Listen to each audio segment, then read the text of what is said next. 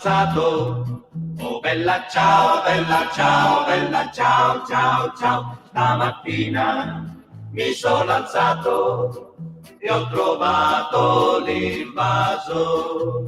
Oh partigiano, portami via. Oh bella ciao, bella ciao, bella ciao, ciao, ciao. Partigiano, portami via, che mi sento di morire.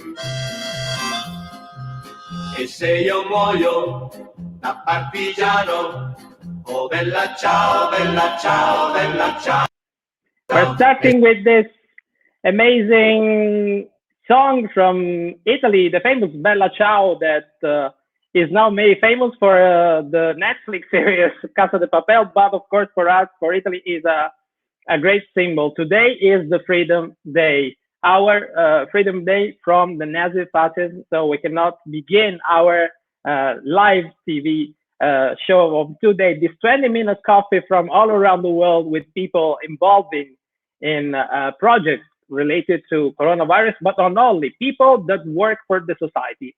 And nevertheless, like today, the word freedom represents for us really a great important day, a great important meaning, especially in these days of coronavirus, that we are all forced to stay home. But it's almost finished for Italy because, as you know, next week in 4th of May, we probably pass to phase 2. Today, I have a great guest as the other days, but a special guest from Tunisia. Is a dear friend of mine, and I had the chance to meet him, of course, in this project of, as you know, is the IVLP project. The IVLP is the International Visitor Leadership Program. It's this program run by the United States government. So let me welcome Zied Cherif from Tunisia. Zied, welcome. Hello, hello. How are you? Hello. How are you? Fine, What a fine. what a pleasure to see you. So I know. First of all, happy Ramadan. I know you are getting. Thank you, bro. This is like the In, second day in Ramadan now. wow. So it's so the Ramadan. It's a very nice period for you to where you're fasting. I know that you are fasting in this period. Yeah, but So especially here, like with COVID-19, it's a little bit different because Ramadan after like people eating after fast, they go outside for coffees and restaurants, but now they're not allowed like to go outside because the quarantine and COVID-19. So it's like special, not that special like the other years, but thanks like that we are safe, so stay safe at home. It's much more better than going outside for coffees, which is not allowed by our government. yeah, of course, it's a hard difficult for everyone because as we know, every day we are trying to get in touch with someone all around the world to understand what is the feeling, what is the sensation about the coronavirus, but of course, in a positive way, what we can do together to better improve our society, and of course, things to the next level, to the next phase of the corona virus. What is the situation now? So in Tunisia, and what is your feeling? The situation now in Tunisia, so we just like get out from the the like the period where there is a lot of people like getting sick from coronavirus. Now every day we're getting like around 4 to 5% getting sick, but and we have around 22% of the people they're now recover from COVID-19, and we hope in 4th of May we'll go out from the quarantine, and we'll go step by step like to phase because we are now getting out from phase 3 to phase 2, and we'll go like to open the company again. Not all the employees will be like working for the companies, only 50% or 40% of the employees. But like in our country we didn't like get that big number of people who getting sick from COVID-19, because before even like we get the first person getting sick from COVID-19, we go through the quarantine and we take a lot of consideration of a lot of things doing it during like this period, not getting out from from your home, wearing masks, clean yourself every time like you go out or every 20 minutes, and we try to recover as soon as possible, because economically we cannot support that for a long time in our country, because we just like get out from revolution and try to go for more economic growth, but suddenly like this a pandemic like come to the world, and everything like go on the first step again. Right. So let's talk about your NGO. Your NGO is called Mhm. Mentor Nations. So you Mhm. found it how many years ago? So we found Mentor Nation officially in 2016, but before that we have been working like as a community of volunteers in 2015, but we didn't get like the papers ready by 2015. We get it ready in 2016, which is not that big like thing for us. Just like about the vision of the NGO, how we believe that digital literacy is human rights. So like we have the right to eat, to live. Also, we have the right to learn about digital literacy, and because everything now working with computer science and included digital literacy in any kind of job or work you need to do. No, definitely. I really like the one of the payoffs that you have in your website. So empowers unserved youth to transform their lives through technology and consider digital literacy is a human right. Yeah. So this is a very important issue. Why the youth must be involved through technology? So uh, this is like kind of where we get like, the idea of going from through this like vision. One day me and my friend, we go for a rear area and we ask some people, do you know anything about technology? They said, yeah, we can work about like with Word and Excel and PowerPoint. And we give them a computer and we told them, show us what you can do. They told us we didn't learn like Word and Excel in computer. We learn them in normal table, and there is no computer. So from that moment, we feel that this is a big needs in our country, that people they learn about computer science only by reading and writing, not like by practicing those technologies. So we went from the a lot of camps. The first thing I told my friend, me and and the founder of Mentor Nations. She's like Right.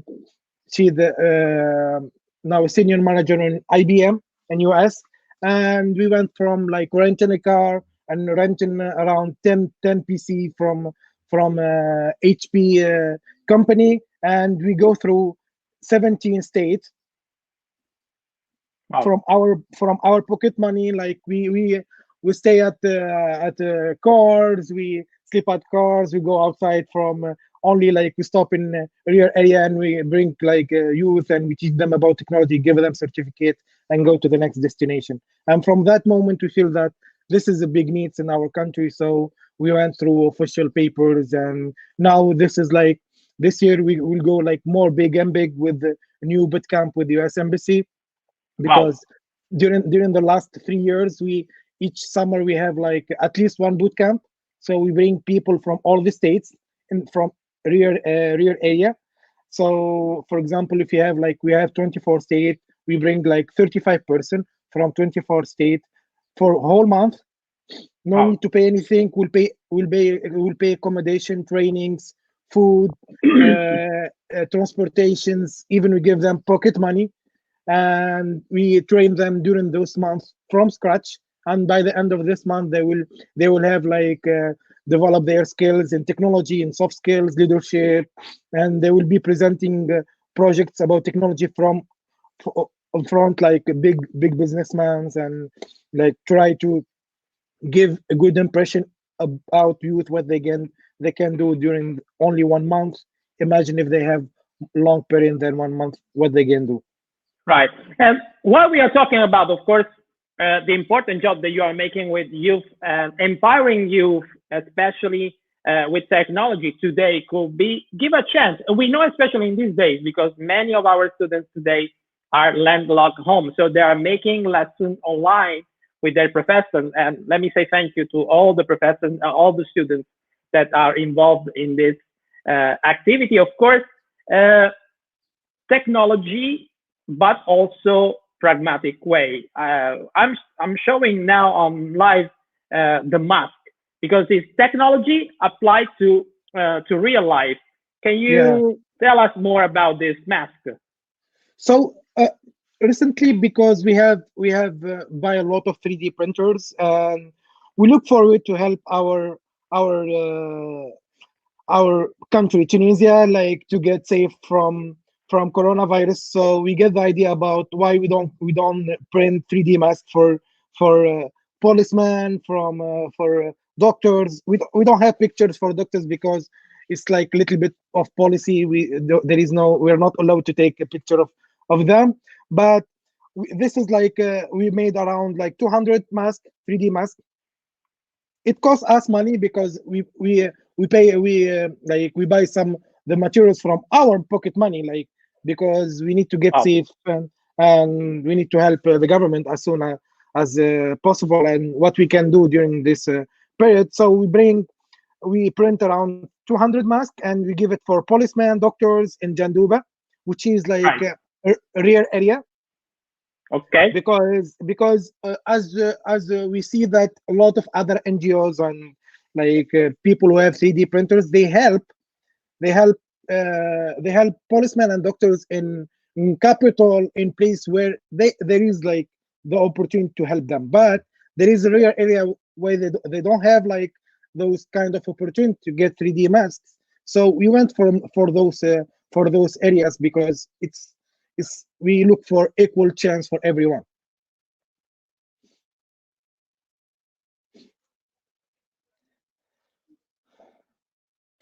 Read about your biography, because you have only 30 years old, but you are really making a lot of stuff, and especially, of course, you are a co-creator of this volunteer who believe that digital literacy is a human right. And it's very important to underline this fact. It's actually a human right.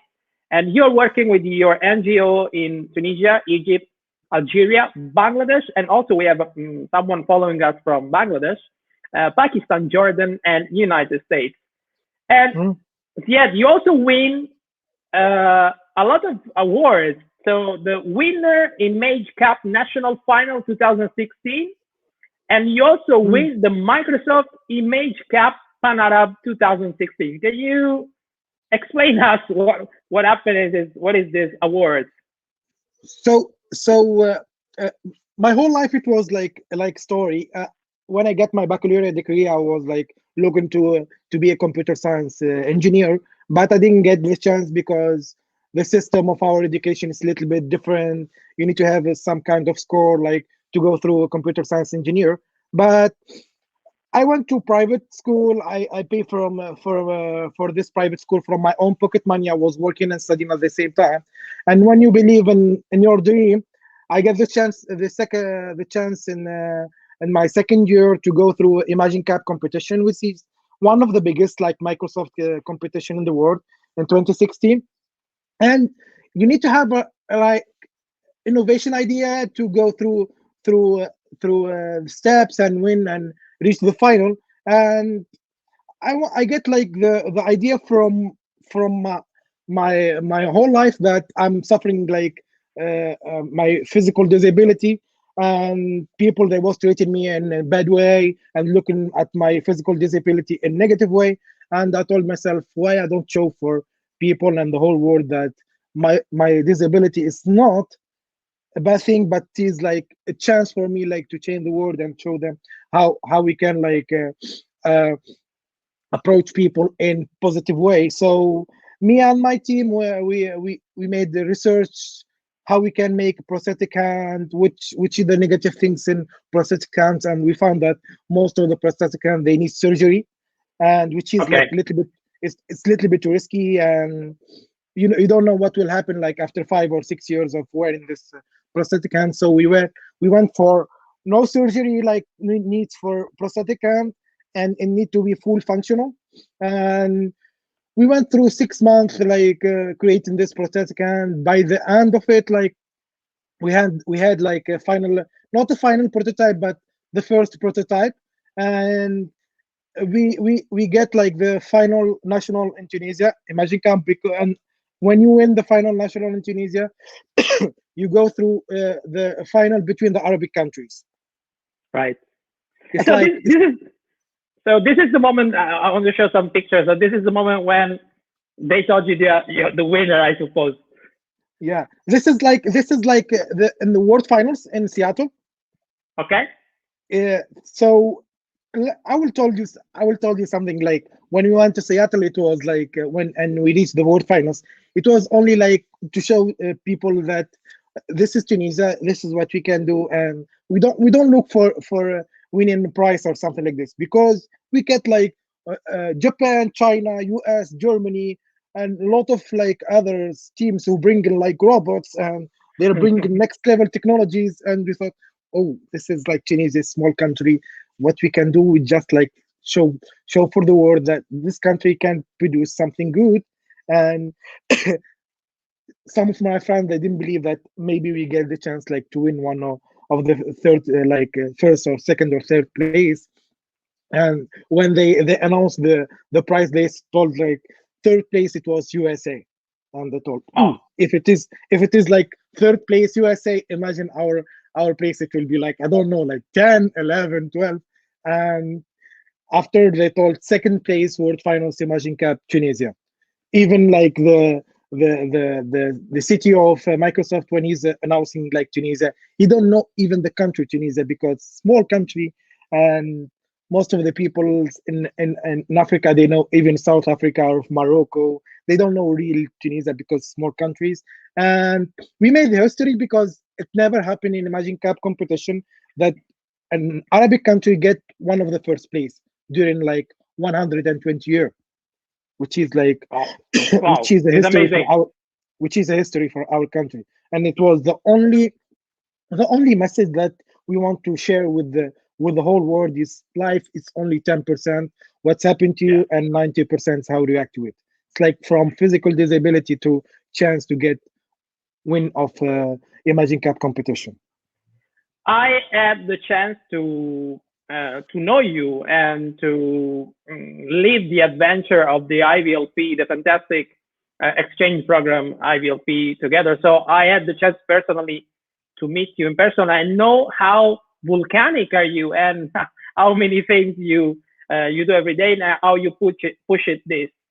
Uh, do you have a message for all the people with disabilities that some days they don't feel good, or they don't find the reason to go on? What you can say to these people, because it's very important.